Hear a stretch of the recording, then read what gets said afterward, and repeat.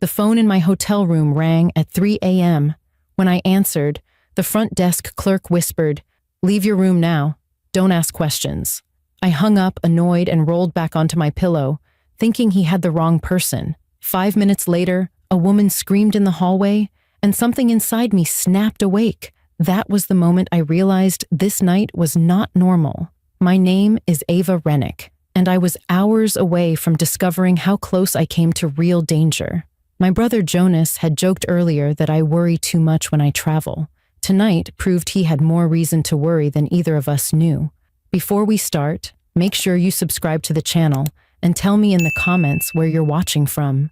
I had checked into the Harbor Crest Hotel earlier that evening after a long day at a work conference.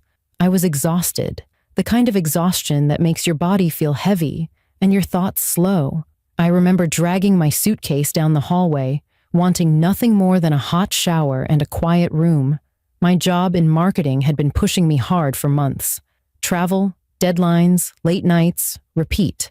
I kept telling myself I was fine, but inside I knew I was running on fumes. That is probably why I ignored a few things that should have bothered me. The hallway felt strangely empty when I arrived. A housekeeping cart was left near the elevator with no one around. I noticed a man wearing a hooded jacket walk past me earlier in the lobby. Even though it was warm inside, he never looked up, just kept his head down as if he didn't want to be recognized. I brushed it off. I was tired and ready to sleep. After settling into my room, I called my brother Jonas. He always checks on me when I travel. "Don't fall asleep with the TV on again," he said. I rolled my eyes even though he couldn't see me. "I'll try, no promises." "Seriously, Ava, lock your door twice. I mean it." "I will," I told him. Right after, my mother Ria called. She worries every time I leave town. "Are you safe? Is the room clean? Did you check the locks?" "Mom, yes, I'm fine," I said, trying not to laugh. "You better be. I won't sleep unless I know you're okay." "I promise, I'm okay." I changed into sleep clothes, turned on the bathroom vent for some white noise, and lay down. The air conditioner hummed softly. The sheets smelled like detergent. Everything felt normal and peaceful. As I started drifting off, one thought crossed my mind. I had ignored that odd feeling in the hallway, the abandoned cart, the hooded man. I told myself I was imagining things because I was overtired. I wish I had listened to that feeling sooner. When the phone rang hours later, shaking me out of sleep, I had no idea that quiet room was about to turn into the center of one of the most frightening nights of my life. I woke up to the sound of the hotel room phone ringing again and again, sharp and loud in the darkness. My heart jumped because I never get calls at that hour. The clock on the nightstand showed 3 a.m. I reached for the phone, still half asleep, and pressed it to my ear. A voice I didn't recognize spoke fast and quiet, like someone trying not to be overheard. He said, "Ma'am, you need to leave your room right now. Take your key and walk out. Do not ask any questions."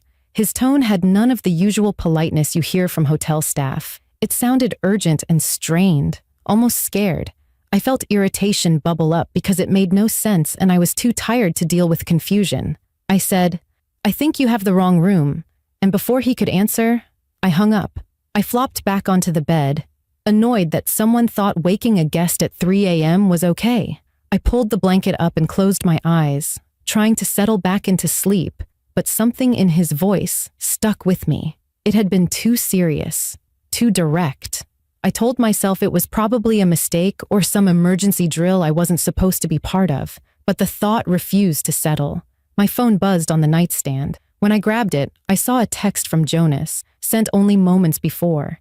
It said, "You awake? Had a bad feeling. Just checking on you." That message pulled me fully out of my sleepy fog. Jonas never texts me in the middle of the night unless something is wrong. I sat up in bed and stared at the screen. I typed back, "Why are you awake?" "I'm fine, just tired." I waited for his reply, and when it didn't come right away, the room felt heavier and still. The quiet felt different now, like the air had tightened. I held the phone in my lap and brushed my hair behind my ear, listening for any noise that could tell me the call had been real or dangerous. I told myself to relax, but my breathing had already changed. I could feel it in my chest. Then it happened. A scream erupted from the hallway, sharp and terrified. It wasn't the kind of scream someone makes as a joke or from excitement.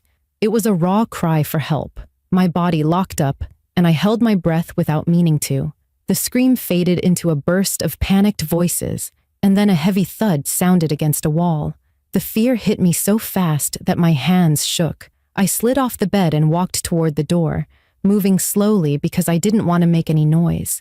I looked through the peephole, but the hallway was empty. The scream had come from somewhere close, maybe 1 or 2 rooms away. I stepped back, grabbing my phone again, and tried calling the front desk. It rang once, then twice, then stopped. No one answered. The silence afterward felt wrong. I texted Jonas again. Someone screamed outside my room. Something isn't right. He replied within seconds. Ava, get out of there. Do not stay in that room. Leave now. His message pushed the tension in my chest into something heavier. I walked to my suitcase and yanked out a pair of jeans and a hoodie, pulling them on fast. I shoved my phone charger, wallet, and ID into my backpack with shaky hands. I didn't pack anything else because the clerk's warning echoed in my head. The scream made it real. I kept wondering what could be happening that the hotel didn't want guests to know. I wanted to call my mom, but stopped myself because she would panic without being able to help me. I needed to keep my head clear. I moved slowly toward the door and pressed my eye to the peephole again. This time, I saw a woman limping down the hallway, clutching her shoulder. Her face was wet with tears, and she looked terrified. Behind her, a hotel security guard rushed in her direction while speaking urgently into a radio. Another staff member stepped out of a doorway with wide, tense eyes. I could not hear what they were saying, but I could see fear on their faces. The sight pulled every ounce of denial out of me. Something very dangerous was happening, and I was still standing in the middle of it. I backed away from the door as another loud noise echoed down the hall, like someone pushing against a door with force. My heart pounded so fast I thought I might faint. I grabbed my backpack, slung it over my shoulder, and whispered to myself, "You need to go." My hands were sweating, and I wiped them on my jeans before reaching for the lock. I hesitated for just a second. My room suddenly felt like the only barrier between me and whatever was happening outside, but staying no longer felt safe. I took a deep breath, turned the lock, opened the door a small inch, and prepared myself to step into the unknown. I opened the hotel room door just enough to slip through, trying not to draw attention to myself. The hallway lights felt brighter than usual, as if they were exposing every fear running through me. I stepped into the hall with my backpack pressed against my chest and pulled the door shut behind me as quietly as I could. The woman who had limped past earlier was gone now, but I could still hear distant voices bouncing off the walls. Some sounded panicked, others sharp and firm, like commands being traded quickly. I pressed my back against my door for a moment, trying to steady my breathing. Every sound made my muscles tense. The air felt tight and charged, as if danger was moving through the building. I knew I could not stay in the hallway for long, so I forced myself to walk toward the stairwell. My legs felt stiff, but I kept moving, reminding myself that staying still would only make me an easier target if something or someone was coming. As I reached the corner, a woman in a housekeeping uniform turned sharply and almost bumped into me. Her name tag read Mariella, and her eyes were wide and full of fear. She grabbed my arm with a firm grip and said, "Go to the stairwell right now. Do not wait." The way she said it made every doubt in my mind vanish. I asked her what was happening, but she shook her head hard, like she did not want to speak any more words than necessary. Her silence scared me even more than the scream I had heard earlier. She pointed toward the stairwell door as if the faster I moved, the better chance I had of staying safe. I whispered a thank you and hurried away while she rushed in the opposite direction. When I pushed open the stairwell door, the heavy metal frame creaked louder than I wanted. Inside, the stairwell felt cold and empty. There was no one else inside, just the echo of my own steps bouncing back at me. I gripped the handrail to keep my balance. Because my legs were shaking so badly, I worried they might give out. The building felt alive with movement. I could hear quick steps from other floors and muffled voices through the cement walls. I started descending, taking the stairs two at a time, even though my knees felt weak. My phone buzzed in my hoodie pocket, and I pulled it out with trembling hands. It was Jonas calling. The second I heard his voice, my fear spilled out faster than I meant it to. I whispered, "Jonas, something is wrong here." A woman screamed. "The clerk told me to leave. Staff are running around. I do not know what is happening." He did not interrupt. When I finished, he said, "Ava, listen to me. Get outside right now. Do not stop.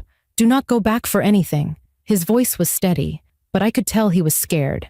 I clutched the phone tighter and said, "I am heading down the stairs. I am trying." He kept talking to me as I moved, telling me to breathe, to keep going, and to stay aware of my surroundings. On the next landing, I heard something that froze me in place. A door above me slammed open, and fast footsteps started sprinting down the stairs. The sound was so sudden and loud that my heart shot into my throat.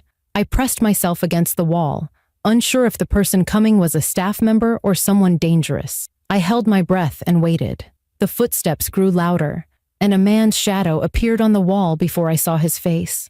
My body tensed, ready to run, but when he reached the landing, I saw he was a hotel security guard. His expression was tight with focus, and he barely glanced at me before rushing past. He held a radio close to his mouth and said, "West Wing stairwell clear, moving to the second floor." His presence made the situation feel even more serious. If security was moving this fast, the threat had to be real and close. I continued downward, gripping the handrail as anxiety tightened every muscle in my body. The stairwell felt endless, but I forced myself to keep going, listening to Jonas breathe on the other end of the line. When I finally reached the first floor door, I paused with my hand on the handle. I pressed my ear against it but heard nothing. No voices, no running, nothing that gave me a sign of what waited on the other side. I whispered to Jonas, "I am going in," and pushed the door open slowly. The hallway was dim, with only a few emergency lights glowing. I walked forward, ready to run if I had to. The lobby was close now, and the idea of reaching it gave me a small burst of hope. I turned one more corner, and the sight ahead made me stop in my tracks. Several guests stood in the lobby, some crying, others holding their bags like they rushed out without thinking. 2 employees were trying to calm people down while speaking into their radios. Police officers were stepping through the front entrance with their flashlights raised. The sudden shift from quiet fear to full chaos told me everything. This was not a drill.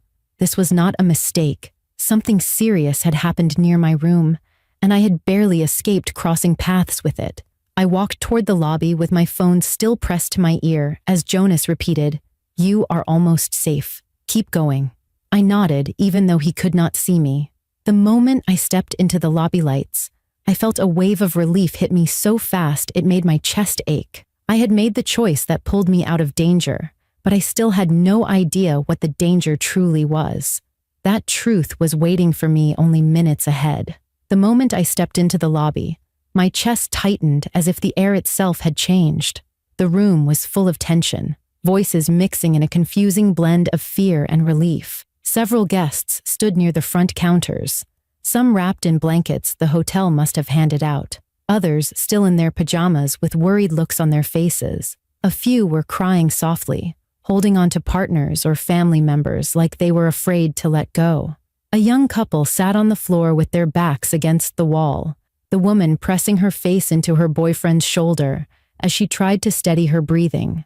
The sight made me realize that whatever I had escaped upstairs had affected other people in ways I still did not understand.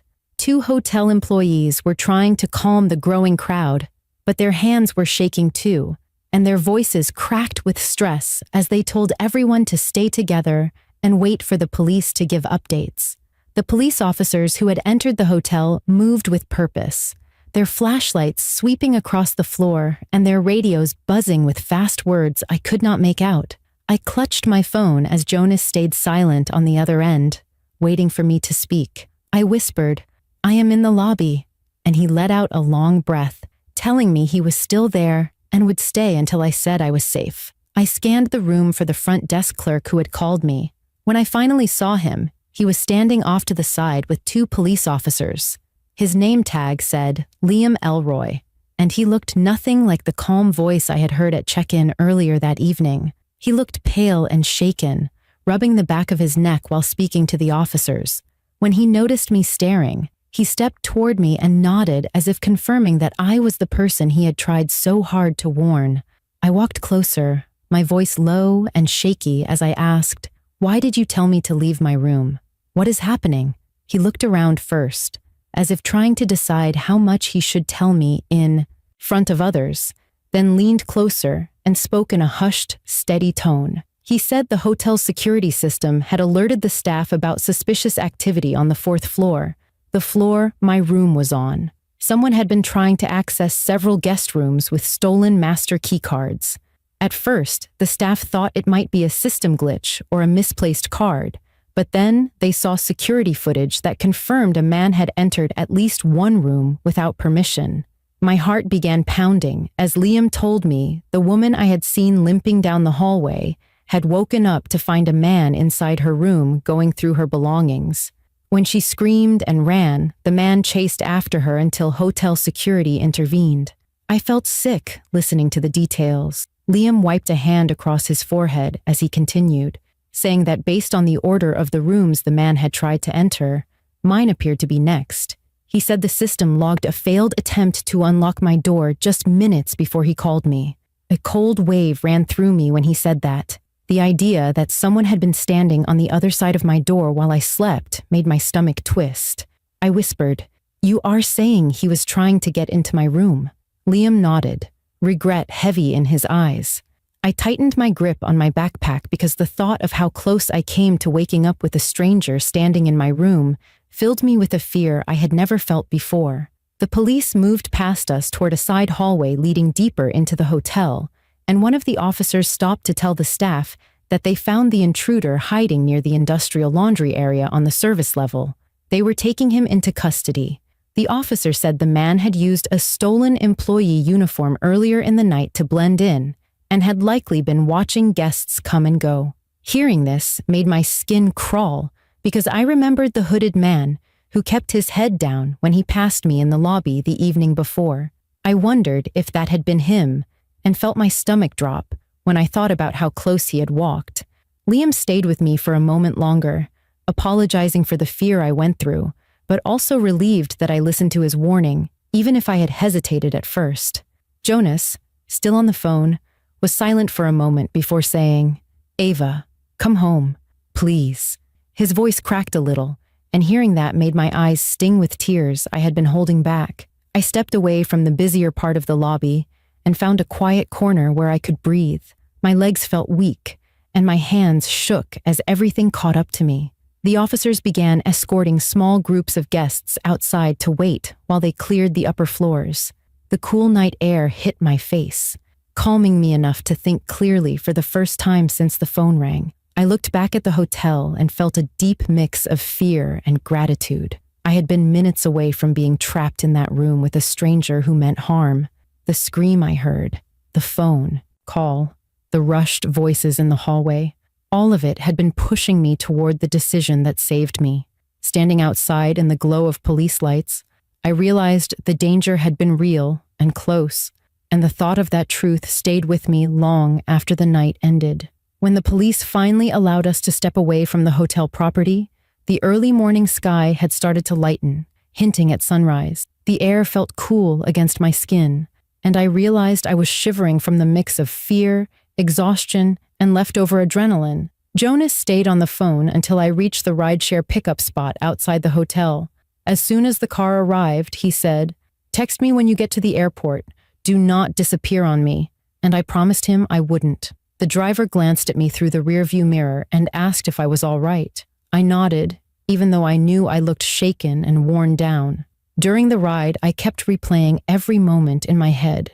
The knock I thought I heard earlier, the abandoned housekeeping cart, the hooded man in the lobby, the phone call I almost ignored. Each detail felt sharp now, as if my mind was organizing the pieces of a puzzle I did not want to see. When I arrived at the airport, I moved through security in a daze, gripping my bag like it was the only thing keeping me grounded. I kept looking around me, checking faces, exits, shadows, even though I was surrounded by people and bright lights. It took hours before I felt myself truly breathe again. When I finally stepped through the front door of my mother's house later that day, she rushed toward me and wrapped me in a tight hug before I could drop my suitcase. Her relief was so strong it made my eyes water. She kept saying, "Thank God you are home." And I felt a heavy mix of comfort and guilt. I had heard her voice in my head all night, telling me to lock the door and stay alert. And I realized how easily things could have gone wrong if I had ignored the warning signs completely. She made me sit on the couch with a blanket around my shoulders while she made tea, even though I told her I was fine. But the truth was that I needed her steadiness more than I wanted to admit. Jonas came over soon after, walked straight to me, and pulled me into a hug without saying anything at first. When he finally spoke, his voice was softer than usual. I knew something was off last night. I cannot explain it, but I just knew. Hearing him say that made the fear I had been holding inside break open for a moment, and I leaned against him while he squeezed my shoulder. Over the next few days, I stayed close to home. Loud noises made me jump, and sudden movements in my peripheral vision made my heart race. I kept checking the locks on the doors out of instinct. Every night before bed, I would think about the people staying in hotels across the country who had no idea what could be happening only a few doors down from them. I thought about the woman in the hallway who had run for her life and how different her story could have ended. I thought about the moment I almost ignored the front desk call that saved me. Those thoughts stayed with me, shaping something inside me that I knew I would not forget. My mother kept reminding me that fear can be useful when we listen to it. She said it warns us when we miss details our mind catches in the background. For the first time, I understood exactly what she meant. A week later, I called the hotel to speak with Liam, the clerk who had warned me. When he answered, his voice sounded tired but calmer. I thanked him for trusting his instincts and acting fast. He told me the hotel tightened their security, added more staff training, and replaced all the master keycard systems. He said the police told him that the man they caught had been doing this in different cities for months, staying under the radar by moving from hotel to hotel. That detail made my stomach twist, but it also made me appreciate how lucky I had been that someone paid attention. Before we hung up, Liam said, "You did the right thing leaving when you did," and hearing that helped settle the last knot of doubt that had been hanging in my mind. As more days passed, small things started feeling normal again. I went on walks, spent more time with my family, and slowly let myself feel safe in familiar places. But I also made a silent promise to myself that I would never ignore my instincts again. I would never brush off a strange feeling in a hallway or dismiss a warning just because I was tired or in a rush to relax. I learned that danger does not always announce itself loudly at first. Sometimes it whispers, and we have to recognize when it is calling for our attention. That night changed me, not in a dramatic way that took over my life, but in a steady, grounding way that made me more aware, more cautious, and more grateful for the people who look out for me. Now, whenever I travel, I double-check doors, pay attention to the people around me, and trust my instincts without hesitation. And every time I do, I think about how close I came to waking up to something far worse than a phone call. I think about how one choice, made in fear and uncertainty, ended up saving me. And I know that no matter where I go, the lesson from that night will stay with me forever. Thank you for listening to my story. Make sure to subscribe to my channel and comment where you are watching from.